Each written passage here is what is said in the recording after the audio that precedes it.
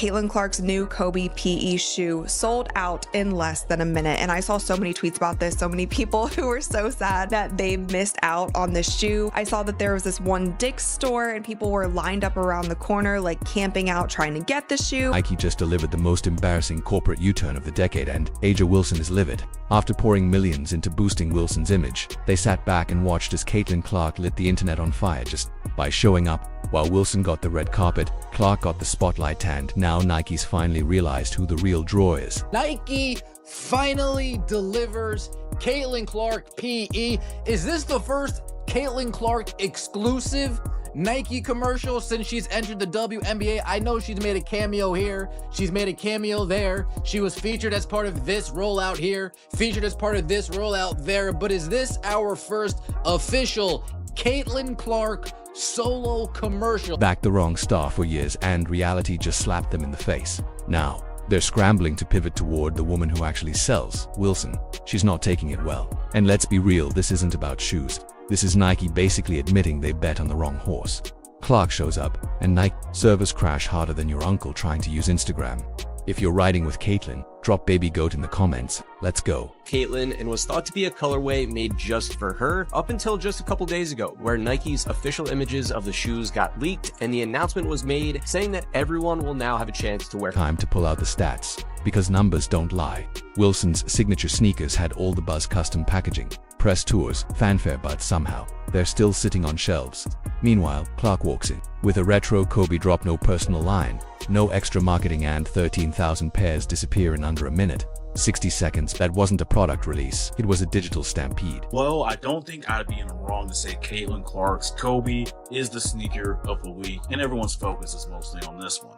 If you really wanted that shoe, I hope you put your footwork in, because there's supposedly only 13,000 pairs on Sneakers App tomorrow. Combine that with a really high resale value, I expect this shoe to be a relatively difficult comp. But my hope seriously is that with Caitlin Clark's sneaker coming out, that this sets a precedent and we might see other exclusive player edition Kobe's drop for the public. For Nike's site didn't just slow down, it practically waved the white flag. Resellers went wild, flipping Clark's shoes from $350 to $600 instantly. Whenever Clark's gear drops, it's like Black Friday meets the Super Bowl. Wilson's shoes collecting dust, sliding their way to the clearance bin. These things is some fire. I'm telling you, where there's smoke, there is fire, and these things is hitting so hard. And who got a bot? Who a shoe plug? Because I need 2 pairs. I need one for the sneaker wall, and I need one for my feet, because these things is hitting right here, and no, I don't want to pay $600 on GOAT. Here's where it gets spicy. Nike spent 2 full years crafting Wilson's dream shoe. Custom logo, check meaningful symbols for her parents, you bet grandma's favorite sayings. On the sole, the entire rollout was more personal than a wedding album. It wasn't just a sneaker, it was a tribute. I lost all respect for AJaWilson. I don't want to hear her opinions. I don't care what she has to say from this point on. When you keep a Nike deal 2 years in secret while you're spewing all that crazy stuff about Caitlin Clark in the Time magazine, read it.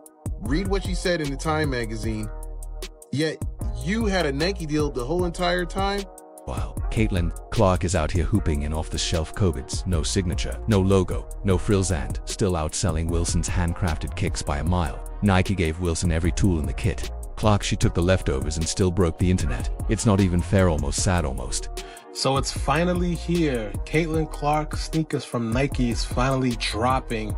She was signed to them last year, and the sneakers is a year late in my opinion, but nonetheless I'm excited because these sneakers is finally coming out. But what does annoy me a little bit is that this is a collaboration with Kobe. Now, Kobe, respect to Kobe, the legend, rest in peace, great basketball player. But in my opinion, Caitlin Clark is a big enough star and she's creating her own legacy. So I feel like, at least for her first sneaker, it shouldn't be a collaboration with any other player, dead or alive, in my opinion.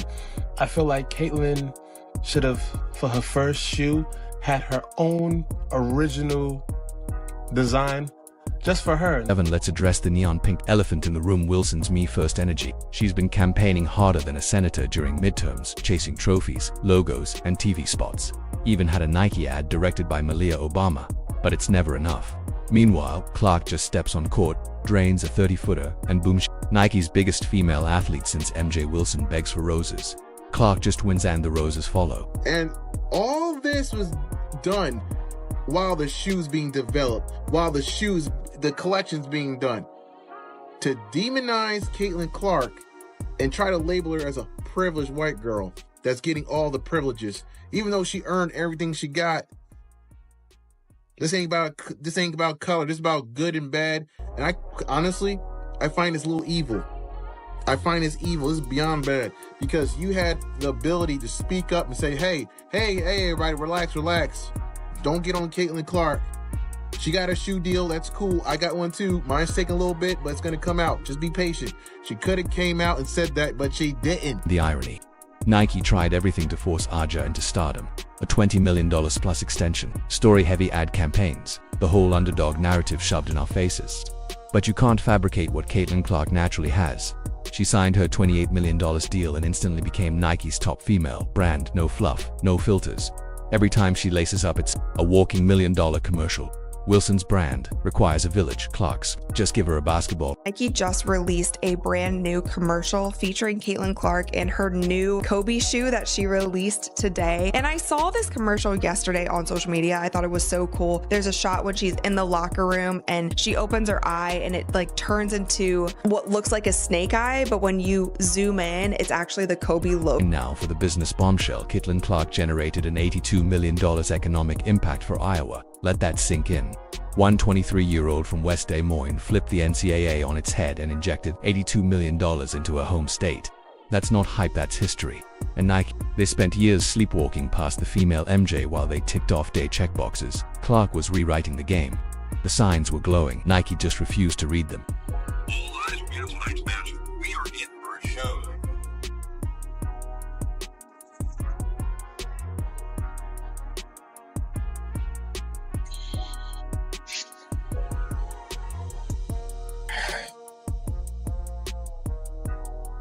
Bouncing connects on it.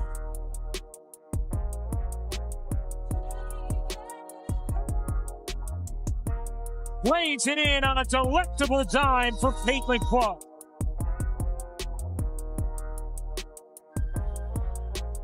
And even Nike's own former head of basketball marketing, Jordan Rogers, came out swinging. He publicly roasted his old employer, saying, "Congrats, geniuses, you almost let your billion-dollar star walk out the door." Their stock, it nosedived to a 5-year low while they were busy trying to convince the world that AJaWilson was the next big thing. Instead of riding the tidal wave named Caitlin Clark, they were trying to make Wilson happen like it was Mean Girls and she was Gretchen Wieners. Spoiler alert, it never happened. Your stock price since 2021, it is down nearly 60%. Your executives and the people who are making these decisions, their stock options are worthless. Meanwhile, you have the single biggest needle mover in all of American sports since Michael Jordan, and you have somehow convinced yourself that you need to slow play this. Let me show you Google Trends search traffic for 4 female basketball players. There is one who only rivals Caitlin Clark, and that is Angel Reese, and you do not have her. She is over at Reebok. I am so confused as to how you would be so invested in the WNBA for several years, and you have been doing great work to try to elevate and uplift that league and many of the athletes there. But this seems like you have convinced yourself that this needs to be an either-or conversation. And we never have an either-or conversation in the men's sports. You have like 10 signature athletes. Half of them don't deserve a signature shoe. Nike's wide awake and scrambling. Caitlin Clark drops a casual Kobe collab and the internet doesn't just freeze, it melts. Meanwhile, AJaWilson is off to the side watching her carefully choreographed, influencer-stuffed campaign get obliterated by Clark's soft-launch Tuesday sneaker drop. Wilson needs trailers, lighting crews, PR blitzes just to maybe get her sneakers moving. Clark. She posts one picture, and suddenly fans are queuing like it's the last PS5 on Earth, and the part that's really eating AJa alive. Nike finally admitted what the public's been screaming for years. Clark doesn't just sell shoes, she sells possibility. She makes people believe they can pull up from the logo, and the fans. They've already cast their vote with their wallet. You finally put her in a Super Bowl campaign with 9 other women, and all respect to them, but none of them are moving the needle quite like she is. Your tagline in that was "You can't win, so win." One of the best explanations I can come up with is that you are wringing your hands and afraid to enter into this politically divisive conversation that has been co-opted by the media and pundits who are race baiting and doing all kinds of ridiculous things around women's basketball. You can't win, so win. You have the unicorn, the chosen one, the one who everyone wants to hear from, and you were just sitting around Gatorade, State Farm, Gainbridge, Wilson Basketball, have all figured out how to have a point of view with Caitlin Clark. Please, for the love of God, figure something out. Was a screaming Twitter threads, think pieces, none of it changes the scoreboard. Nike handed Wilson every advantage: MVPs, Olympic campaigns, unlimited promo runs, but it still couldn't touch the wildfire that Caitlin Clark ignites without even trying. Wilson's accolades sparkle on paper, but Clark's cultural pull makes her a human magnet. She's not just an athlete, she's a phenomenon. And while Wilson was busy asking for her moment, Clark became the moment. Nike finally realized this isn't about resumes, it's about resonance. You can't bottle what Clark brings. You can't script this. She earned the throne without ever asking for it. Wilson's out here politicking like a mayoral candidate. Clark, she just plays. I find it's very deplorable to me. I find it's very deplorable that you allow Caitlin Clark to get crapped on that whole entire time and even speak up. And on top of that, Nike's a bunch of a-holes too, because they didn't speak up and defend Caitlin Clark or speak up and say, hey, we got AJaWilson coming. We got AJaWilson coming. Just got to be patient. Caitlin Clark's going to get hers too. I don't understand the tactics here. All you're causing controversy that didn't have to be there. You're calling division where it didn't have to be there. You're calling racial, issues where it didn't have to be there. Nike's shift wasn't just smart, it was survival. While they obsessed over shaping Wilson's image, Clark was organically pulling the WNBA into prime time. The games clear 1 million viewers like it's routine. The rest struggle to hit 300K when Clark comes to town. Tickets vanish, arenas flood with fans, and kids wear her jersey like they're suiting up for Gotham City. That's not marketing, that's movement. So when Clark's Cobes hit the site, it felt like a Taylor Swift ticket drop, phones crashing, pages glitching, Wilson's drops. They feel like a dentist appointment, something Nike guilts you into, not something fans set alarms for. Like across the board, this commercial was a 10 for 10, and a lot of people have been getting on Nike because they don't feel like they have been promoting Caitlin as much as they should. But I will say we have to give credit where credit is due. I feel like in the past month or so, they had been tweeting about Caitlin more, and then obviously with this shoe release, they made this super sick commercial to promote it. And of course, just today, Caitlin Clark's new Kobe PE shoe sold out in less than a minute. And I saw so many tweets about this, so many people who were so sad that they missed out on this shoe. I saw that there was this one Dick's store and people were lined up around the corner, like camping out, trying to get the shoe. The irony is delicious. Wilson spent years venting about not getting enough spotlight, the slow rollout, the lack of media coronation. Meanwhile, Clark said nothing, just kept showing up, dropping jaws, selling out stadiums, and suddenly became the exact icon Wilson was striving to be. Clark didn't demand the crown. She made it impossible to ignore her. Nike's servers literally collapsed from the demand. This isn't some mom-and-pop site, it's a multi-billion-dollar company with military-grade infrastructure, and Clark broke it with one release. Wilson's shoes might cause a glitch. Clark's full-scale digital chaos. You better believe those meltdown graphs made it into some very tense Nike board meetings. Heard that Nike stocked about 14,000 of these, and that is an unconfirmed report, but they sold out in less than a minute. If that's any indication of what a Caitlin Clark signature shoe will do, I think Nike better continue to get on it and get ready to launch this brand. At the end of the day, feelings don't balance, the book's money does. Wilson can polish trophies and post hashtags, but Caitlin Clark is moving product on pure aura.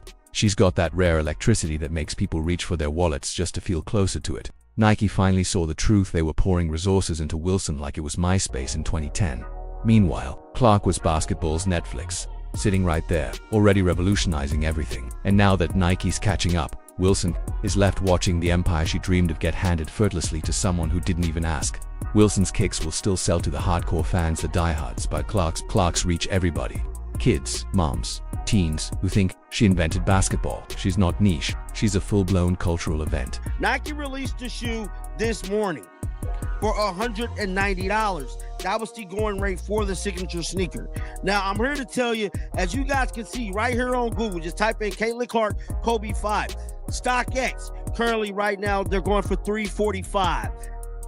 On GOAT, they're going for $386. And Flight Club, you're looking at $375. Must mind you, these sneakers was just released a few hours ago. These sneakers were retail for $190.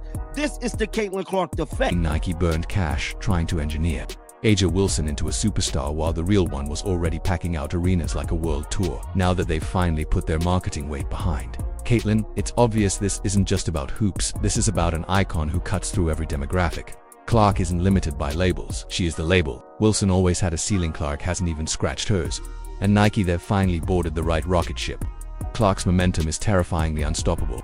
The company went from fumbling her to worshipping her, and now they're holding on for dear life as the cash flows and servers crash. Wilson can keep tweeting for respect, but Clark already has the crown and the receipts. This isn't potential. It's not wait and see, it's happening now. And Nike finally knows who the real MVP is. If you're riding with Caitlin, comment Baby Goat below, hit like, subscribe, and turn those notifications on because this story, it's only just getting started.